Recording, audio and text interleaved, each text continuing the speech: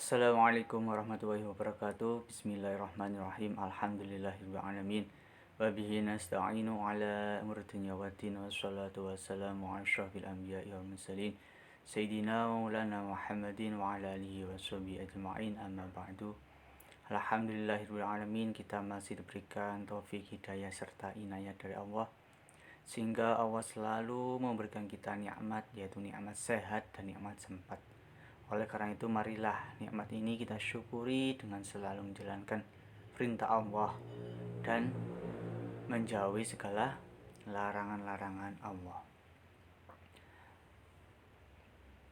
Oleh karena itu, sebelum pembelajaran kita mulai, marilah kita membaca surah Al-Fatihah dengan harapan semoga kita selalu diberikan manfaat di dunia wal akhirah, selalu diberikan semangat, selalu diberikan sehat.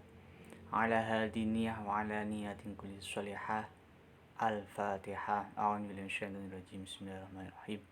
Alhamdulillahirabbil alamin arrahmanirrahim maliki yaumiddin. Iyyaka na'budu wa iyyaka nasta'in ihdinas shiratal mustaqim shiratal ladzina an'amta 'alaihim ghairil maghdubi 'alaihim waladdallin. Amin. Dalam pertemuan kali ini kita akan membahas tentang keutamaan menuntut ilmu.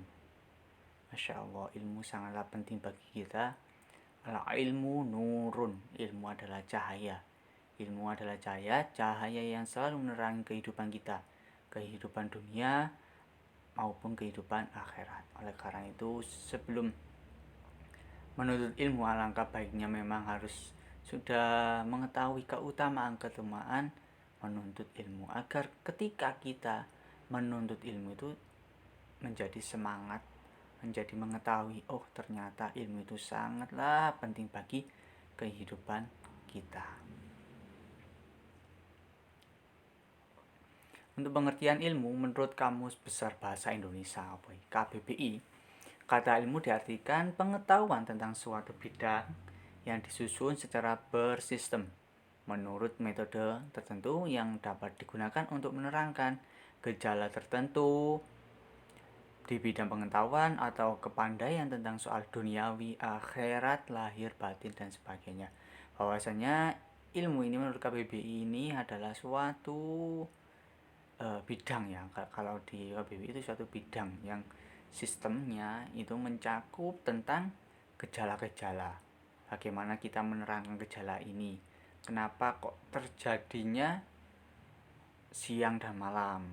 Kenapa terjadinya apalagi gerhana bulan di bidang tertentu? Itu akan dijelaskan dengan pengetahuan akhirat, bagaimana cara-cara sholat, bagaimana cara-cara membayar zakat, seperti itu ya. Jadi gejala-gejalanya itu diterangkan. Sebagian ulama menjelaskan bahwa ilmu secara istilah adalah ma'rifat, dari kata arafah ya, pengetahuan, sebagai lawan dari al-jahl, ketidaktahuan. Menurut ulama lainnya, ilmu lebih jelas dari apa yang diketahui tentang segala sesuatu. Ilmu yang dimaksud adalah ilmu syar'i, yaitu ilmu yang diturunkan oleh Allah SWT kepada Rasulnya yang berupa keterangan dan petunjuk, ini berupa wahyu. Ilmu syar'i dan non-syar'i yang berbasis alam jagat raya dan fenomena sosial juga wajib dipelajari. Jadi selain ilmu syariat, ya jelas kita tetap wajib menuntut ilmu non syariah atau yang berkaitan dengan duniawi atau jagat raya, astronomi, antropologi, seperti itu ya. Jadi kalau dari bahasa Arab itu dari kata alima ya'lamu ilman, yang berarti pengetahuan atau mengetahui.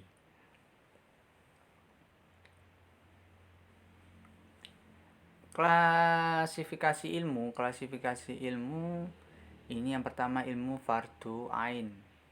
Fardu ain adalah sesuatu yang wajib dikerjakan oleh setiap individu atau muslimin.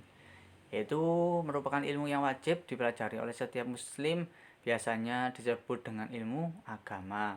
Ada 3 unsur utama dari agama, yaitu akidah atau tauhid, yaitu keyakinan kita kepada Allah. Itu wajib kita pelajari, bagaimana sifat-sifat Allah, bagaimana sifat-sifat Rasul Allah, ada berapa Nabi Allah, Rasul Allah, ada berapa malaikat Allah, bagaimana cara kita meyakini hari kiamat, bagaimana cara kita meyakini qada dan qadar. Syariah atau ilmu fikih ya.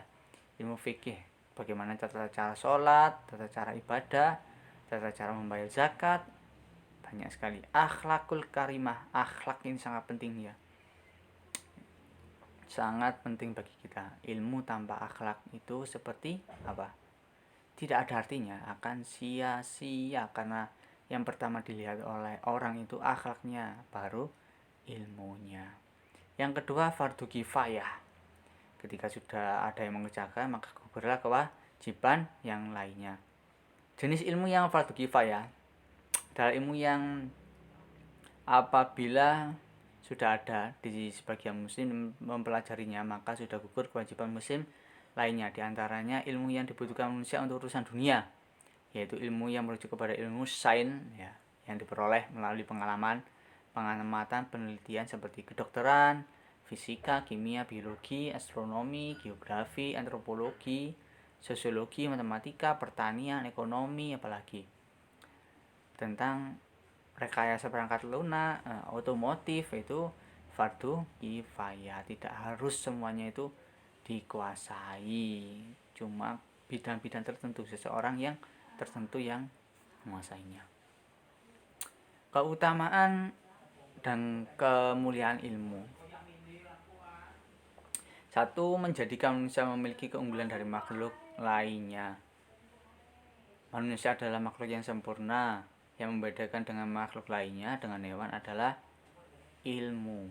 Bagaimana firman Allah, وَعَلَّمَ آدَمَ الْأَسْمَاءَ كُلَّهَا ثُمَّ عَرَضَهُمْ عَلَى الْمَلَائِكَةِ فَقَالَ أَنْبِئُونِي بِأَسْمَاءِ هَؤُلَاءِ إِنْ كُنْتُمْ صَادِقِينَ قَالُوا سُبْحَانَكَ لَا عِلْمَ لَنَا إِلَّا مَا عَلَّمْتَنَا إِنَّكَ أَنْتَ الْعَلِيمُ الْحَكِيمُ.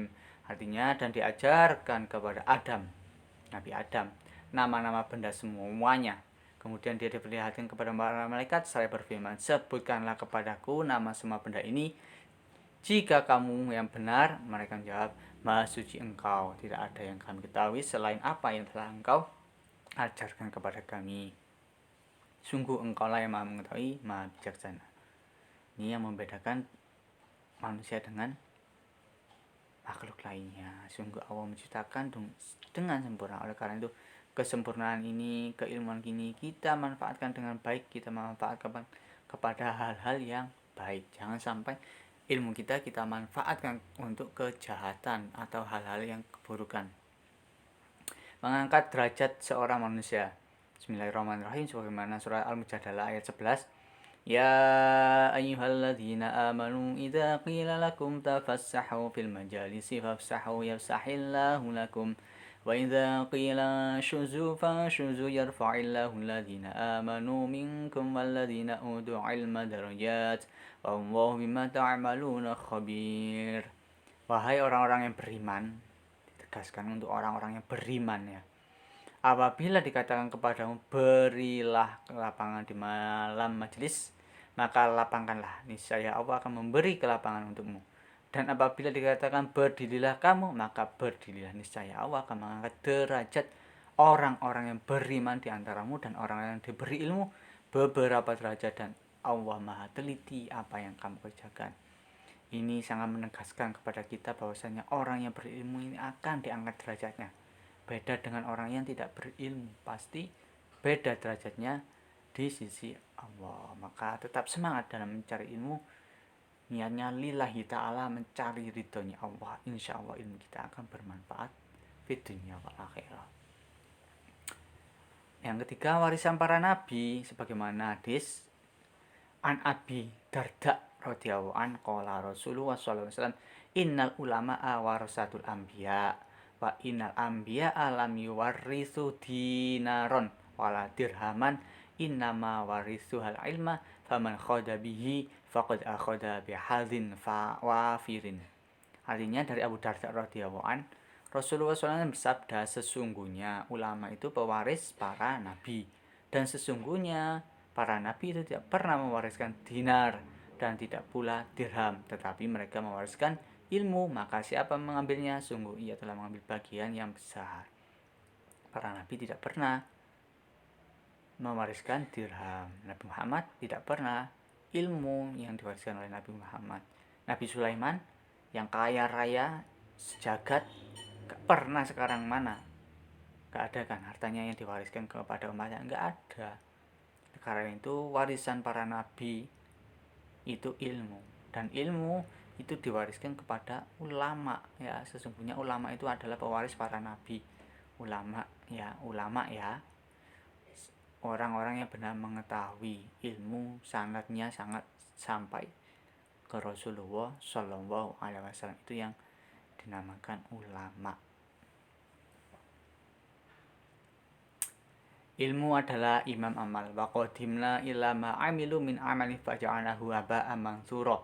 Yang artinya, dan kami hadapi segala amal yang mereka kerjakan lalu kami jadikan amal itu bagaikan debu yang berterbangan. Masya Allah, kita sergap sholat, kita sergap zakat, kita sergap haji, tetapi ditolak oleh Allah. Kenapa? Karena tidak dilandasi oleh ilmu.